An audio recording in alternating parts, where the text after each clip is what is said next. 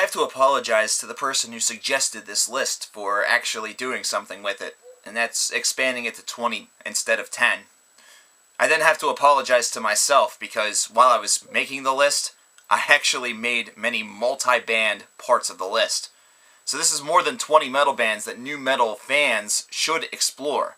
So let's say you're brand new to the fold. Let's say that you just got into heavy metal. Perhaps you listened to your first song from Metallica or Megadeth or Avenged Sevenfold, whoever it may be, and you're looking for more. You're looking for something as kind of like a guide in order to get through and to get into the genre. Well, I have a list for you, and this is certainly more than 20 bands as you should definitely check out, so I recommend taking notes. I'm going to do this relatively quickly, so I hope that you're able to catch up. And if not, then definitely pause and write the things down. The first band I recommend is Overkill, thrash metal band. Definitely one that is, I think, a little bit more appreciated now than they used to be. However, they were underappreciated for most of their career. They're fantastic. Bobby Blitz Ellsworth just turned 55 years old and still sounds like he's in his 20s. Either that or maybe his 30s. He's got just this snarl to his voice that is absolutely excellent. Cannot recommend these guys enough. Number 2 is Pain of Salvation. This is a project that's been championed by Daniel Gillendahl ever since it began in the 1990s. Definitely has some thought-provoking lyrics. This is great prog, oftentimes with conceptual pieces. He was also a gentleman who worked with both the Flower Kings and Transatlantic. Those are two bands that if you like prog or want to get into the progressive metal genre are absolutely essential. With Transatlantic being a supergroup and with the Flower Kings just being a long-lasting prog stalwart that we may talk about in another list later on this week. Number 3 is Knockmistium. This is a band that's unfortunately no longer with us. However, they definitely have a just stunning repertoire. This is a American black metal product that went to the bazaar whenever they did the the black metal MEDDLE series a couple of years ago. And this is something that explored a little bit more in the realm of the psychedelic along with their black metal approach. Unfortunately, like I said, these guys are no longer with us due to some legal problems. However, they're a band definitely to check out if you have the opportunity. Number 4, we have Earth, we have Sun, and we have Boris. We have Drone. You might think that this might be some, highbrow stuff. This is stuff that perhaps the novice should not really get into right away, but I actually recommend it, principally because if you can appreciate this early on, then this is something that's going to help you very, very much down the line. Really, really appreciate what minimalism can really do for some music, because there are times whenever minimalism is just absolutely fantastic and beautiful in its own regard, and you can especially hear that with Earth. Boris is kind of a schizophrenic project where they just kind of do whatever the hell they want. Some of it borderlines on just some really post-metal fuzz, and there's some drone here and there, and then there's just some out there shit, but damn, this is really good stuff. Meanwhile, Sun, that's just straight up dark drone, and it's about as minimalistic as it gets, but the atmosphere gets you every time. It's very haunting. Now, the next one I'm going to recommend is Catatonia. Catatonia was a band that was kind of conventional whenever they first got started, and then based around some of the things that happened, opted to go to what has been called the dark metal route. The vocals are now clean. They definitely have to change up their sound quite a bit for this, and I definitely recommend both sides of what they've done, from their leanings more toward a death metal, an epic death metal band from the early part of the 1990s to the middle part of the 1990s, with Brave Murder Day being the one that I would recommend, that features Mike Ackerfeet from Opeth on vocals there, to albums that are recent. They have definitely got one of the most unique bands out there, and really you can throw Anathema on there as well, principally because they have kind of gone the same route as well. Anathema, of course, coming out with a new album here in June of this year. The next one is Steel Panther. Metal is not to be taken seriously at all times, and Steel Panther definitely proves that. If you like Poison, if you like bands of that nature, the hair metal / glam metal establishment, Steel Panther is definitely a band to get into, because essentially what I feel is that this is the band that says everything that those bands can't say because they're under contract with some bigwig and they have to use a lot of metaphor. Steel Panther is very graphic, very sexual. There's a lot of mention to pop culture and things like that, and it's just hilarious stuff. This is really fun, and I really love this band, and I think that you will too. Just don't take it too seriously. Number 7 is Baroness. Baroness is fantastic. If you like anything from Mastodon, you will love Baroness. And this is proven with Yellow and Green, their last release, a massive double album. This is certainly a band to be reckoned with. I cannot wait for their next release whenever that may come to pass. They're just a tremendous band. If you like Mastodon, you will love this band. I cannot say that enough. Definitely check them out. Number 8, we have Pelican and Animals as leaders. These are two leading members of the instrumental community. Well, Pelican was, but Animals as leader certainly is. And you might think that instrumental metal is kind of, tedious. It wouldn't be something that would be very, it would be kind of boring, is basically what I'm saying, but it isn't. Instead, you just kind of marvel at the musicianship. It's one of those things where if you have ever listened to a metal song and find yourself really, really studying the narrative of the songwriting structure without the lyrics, if you ever have sat there and wished, man, I wish I could take these vocals away and just hear the music, well, this is essentially what it is. This is the music doing the storytelling, as opposed to there being a story written for it. So I definitely recommend you try out these two. Pelican, man, I loved me some Pelican. I really do. Number 9 is Alce. This is more of a post-metal project. Now, if you've heard of post-rock, then post-metal is kind of obvious. Post-metal is kind of taking the idea of post-rock and applying it to the heavy metal subculture and subtext, and this is definitely a group that does it the best, principally because of their really, really trademark atmosphere that they're able to put into their music, and they just have had so many watershed moments throughout their career already, and it's still very, very early on in their career. I think I've talked about every one of their albums, and I've only been doing this for 5 years. Number 10 is Emperor. Emperor is a legendary black metal group, and the reason why I recommend this as opposed to something a little bit more conventional is principally because this group has a little bit more of an expanded repertoire, especially near the end point of their career, which potentially could be being revitalized right now as we speak. They definitely expanded their sound a little bit more, and you definitely hear a lot more than you probably hear out of the Burzums and the Mayhems of the world, who I do also recommend, but that's more of the traditional black metal approach. But Emperor at one point also kind of followed that sub-formula, and they really just decided to do a little bit more with it. There's a little bit more thought behind it, I think, if you really want to be, really cut hairs with that, but I find them to be one of the most creative in the genre, not to mention out of the first waves at least, and certainly one that has been the most eye-opening.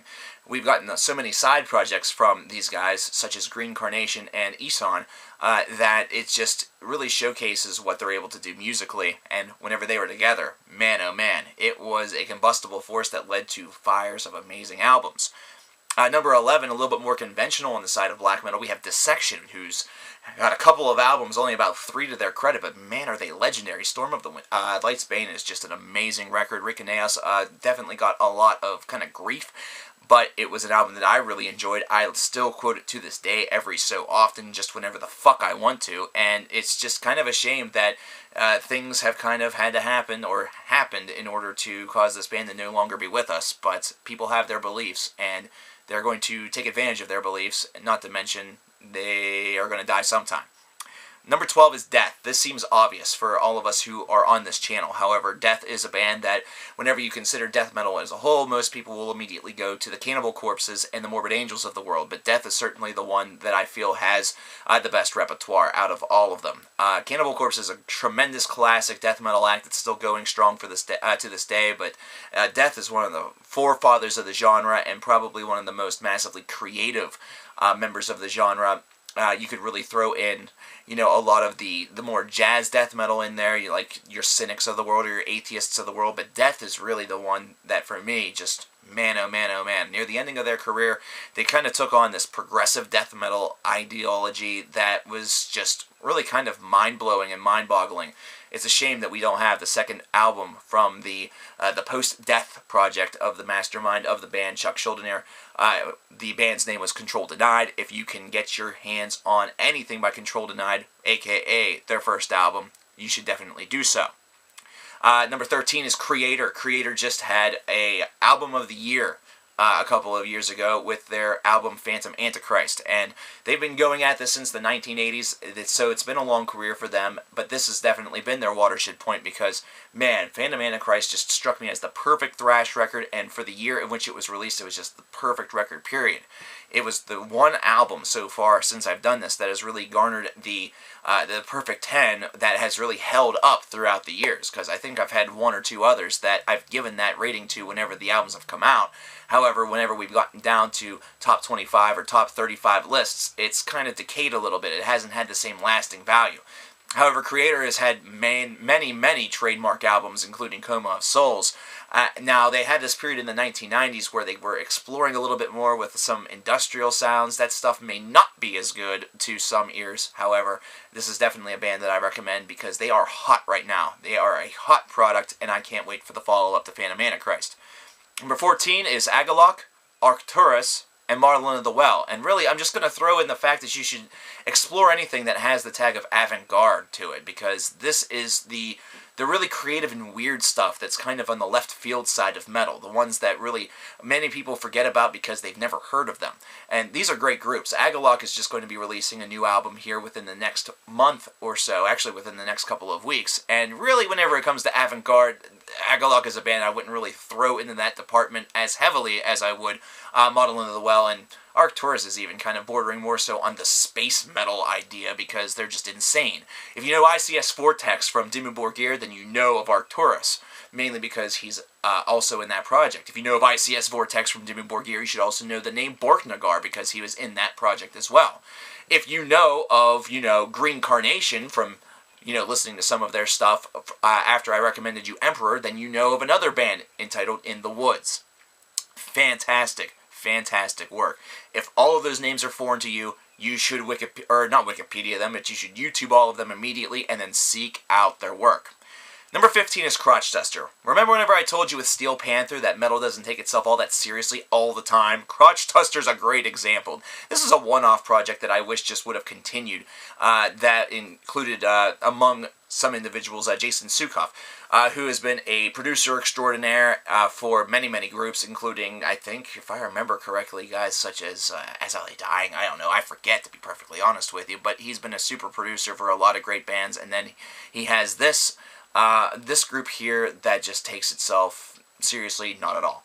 The song Mammal Sauce will get caught in your head, and it's something that you'll immediately be able to tell at the end that they're parodying other individuals in the metal scene, such as Metallica, either that or Glenn Danzig. It's just a really strong album. There's only one of them. It's called Big Fat Box of Shit. If you can find this, if you can dig this up, first off, fuck you, give it to me, because I still haven't found it.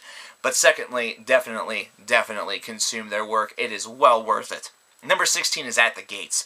At the Gates is one of the bands that you need to listen to if you are a fan of the Gothenburg sounds. Bands such as Soilwork or In Flames. If you know of these bands, which you probably do from talking to some of your friends, then you definitely need to know where a lot of this came from. Which, really, it came from At the Gates. It came from the latter era first wave of Carcass albums. And these are albums that you need to consume. At the Gates is definitely one that is huge, and they just came back here this year, so it's going to be a band that a lot of your friends that are in the metal community are going to be talking about, so it'd be best to wise yourself up to who they are before you talk with them about it. Slaughter of the Soul is still one of the best damn albums that I've heard out of the Gothenburg sound, and it still remains to me as one of the forefront classics of the genre.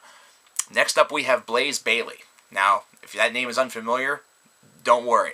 You know Iron Maiden, which we're going to be talking about them here shortly. Well, during the 1990s, Iron Maiden didn't have Bruce Dickinson at the vocal helm. That was also true of the latter part of the 1970s, but we're not going to get into that. However, Blaze Bayley did a bit of solo work after he was ousted from the band, and his first couple of releases are absolute legends, at least in my mind. Silicon Messiah and The 10th Dimension are both phenomenal albums and phenomenally unappreciated. These are 2 discs, and this is a discography that is very strong until recent times. I think the last album wasn't necessarily his best effort. However, it has certainly been one where Blaze has kind of flown in under the radar and just had this solid solo career, which is kind of impressive.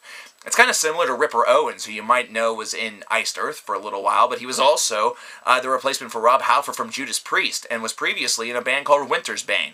And wow, that's just a lot of information to digest, I know, but Ripper has definitely made a career for himself as well as being the frontman for a lot of these different bands, and as of right now, I think he's actually doing work with Into Eternity, so damn. Number 18, we have Insomnium and Swallow the Sun. These are 2 bands of the progressive death metal persuasion that certainly fall in line with groups such as Opeth, with the way in which they're able to just really take the genre and make it their own. These guys have been just forefronting this genre for the past couple of years and really championing it and really showing a lot of individuals and a lot of other bands how it's done. I would also include Pharmakon to this list, but I will say that that's a group that was very short-lived, had only 2 albums to their name, but both of them are amazing pieces of work.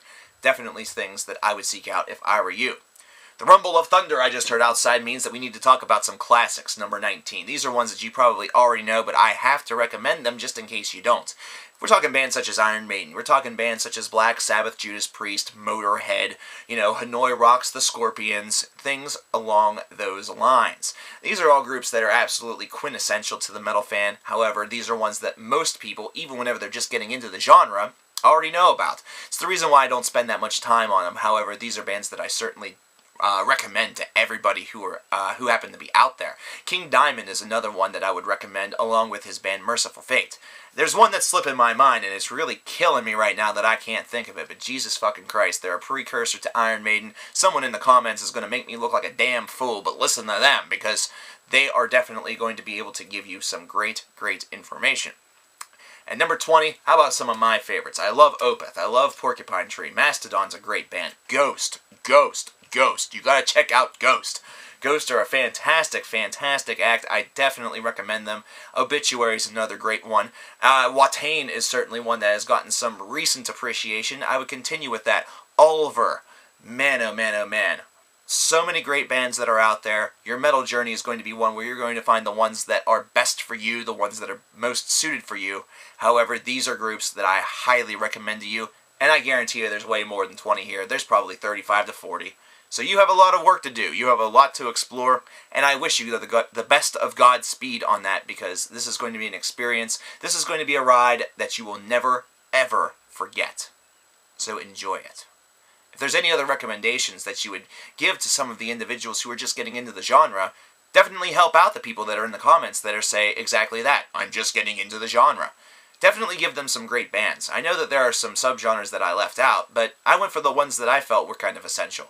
If you're interested in metalcore or things like that, then I would go with probably bands like All Shall Perish, either that or All That Remains, the early work, Killswitch Engage, and, stuff like that. But for me, it's more important that I get out some of this other stuff, the stuff that's not very well known, or at least not very well known to the traditional consumer. What do you guys think? Help out the people that are in the comments. And, as always, keep it metal. And to those of you who are starting your metal journey, keep it metal forever.